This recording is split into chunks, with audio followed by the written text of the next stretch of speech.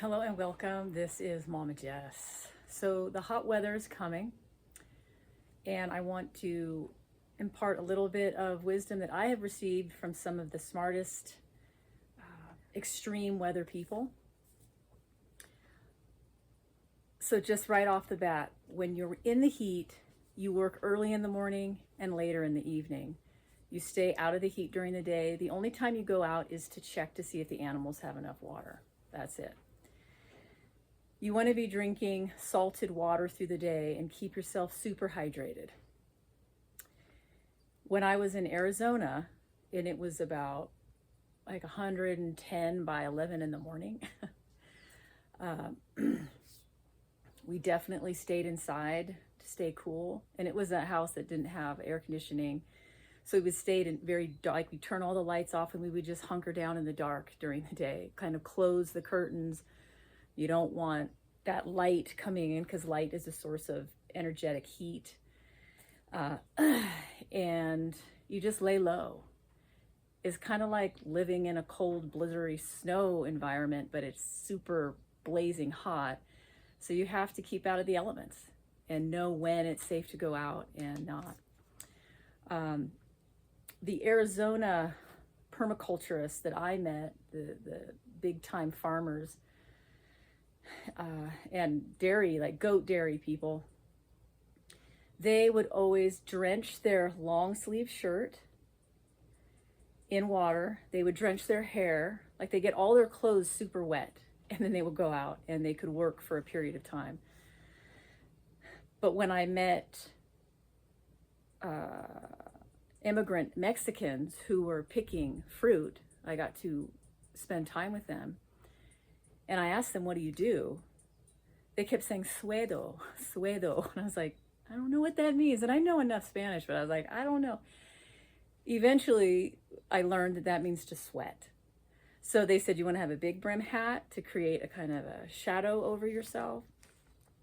You want to have a cotton shirt with a long cotton, long sleeve shirt. You want to keep your skin covered because your skin, it transpires, it perspires, and so you're getting dehydrated quickly. It's like when you see anything like plants, or if you were to leave grapes out, on the deck, you watch they start shriveling up because there is an exchange of moisture leaving that moist fruit. It's drying out, it's dehydrating, and we do the same thing. So I know a lot of people want to be like, in their shorts and bikinis and like they think like tank tops, but it's like you don't realize when you're in serious weather, serious heat, that's like fashion stuff for non-farmers. Like you're not really understanding how dangerous the elements are. You have to keep your body covered. And what they said is that then you create like your natural air conditioning. You're sweating and creating moisture that's held next to your body with the cotton.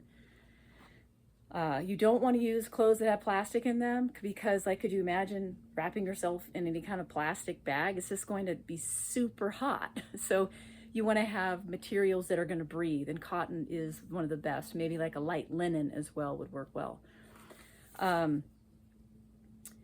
So I found that interesting. There were two very conflicting views because they're like, no, you don't want to get your body wet. Your hair or your body wet because your body needs to adjust and cool itself deep from the inside and not just have an external cooling.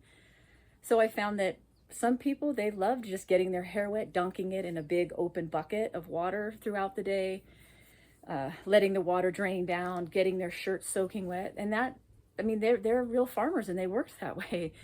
But I really respected these Mexican farmers. These people were radical and they've been in extraordinary temperatures. So I try to follow them in having just long sleeve, big brimmed hat, and keep sweating and drinking a lot of liquids.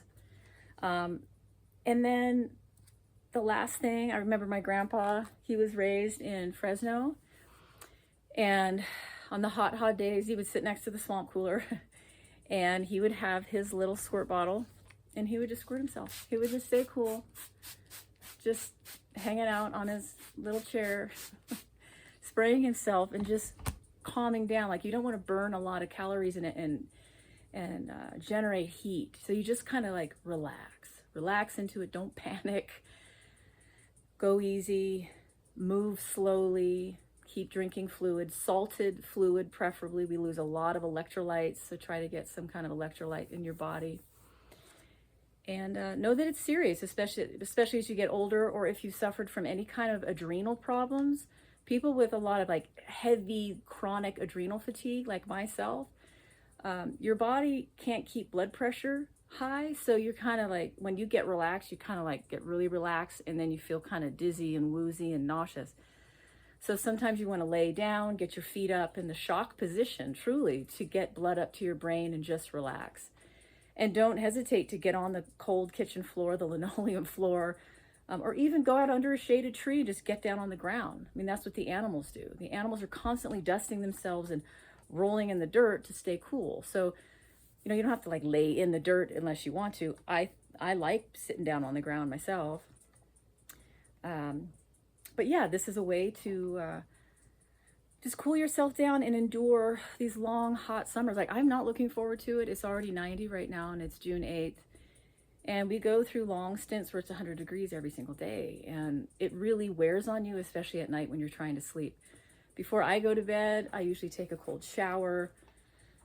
Just, you have really light pajamas on. You don't have to sleep with any sheets. You just keep your body as cool and calm as possible, and spritz it. You know, that feels good. So these are all the tricks of the trade I've learned, I think, from probably some of the smartest people who have lived in hot weather. And I would encourage anyone who has a farm and they believe in the whole permaculture model.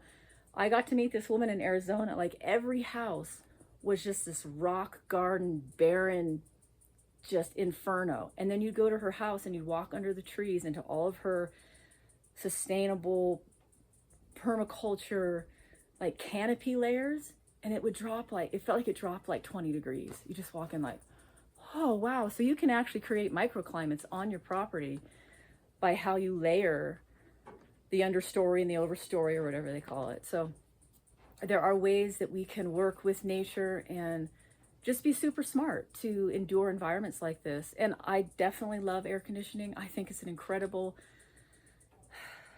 technology. It is expensive though, so it's nice to know other ways to keep your house cool. Yeah, and one, again, just keep the curtains covered, cool it out at night, and then close it up during the day to keep that hot air from coming in. But yeah, so we can outsmart this stuff. And people have lived these ways for a long time, and we definitely need to learn from them. All right. Have a great day. Stay as cool as you can, and I'll be in touch. Thanks. Bye-bye.